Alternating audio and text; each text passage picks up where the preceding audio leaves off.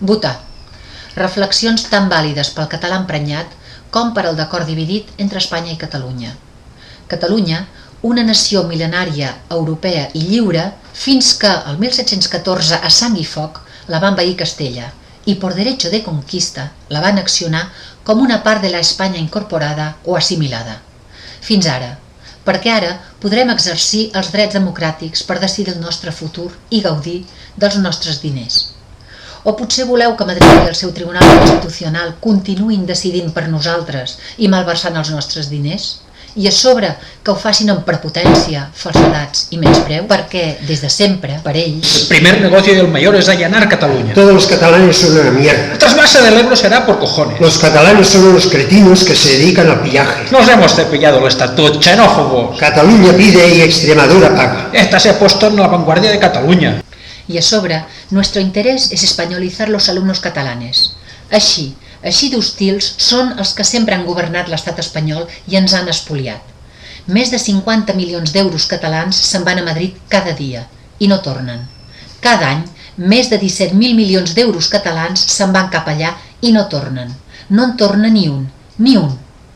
La veritat és que els catalans, pertany a Espanya, ens surt molt car. Però hem de pensar que quan aquest ingent espoli dels nostres diners no sigui malversat a Madrid, podrem resoldre la crisi i adeu atur.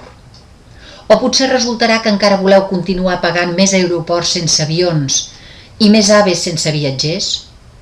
No preferiríeu una millora radical de Rodalies, per exemple, i que la N2, la carretera més sanguinària d'Europa, deixi de ser boicotejada pel Ministeri de Fomento? I què us semblaria eliminar els peatges d'una vegada? I les grans inversions que es fan en armament per matar? I no us agradaria també poder millorar les pensions, per exemple?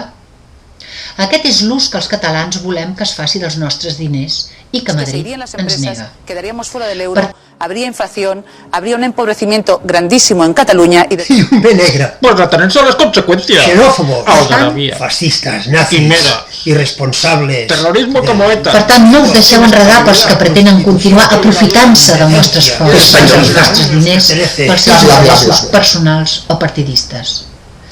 Catalans, contra amenaces, mentides i manca de respecte, ara, en seny d'intel·ligència, haurem de decidir.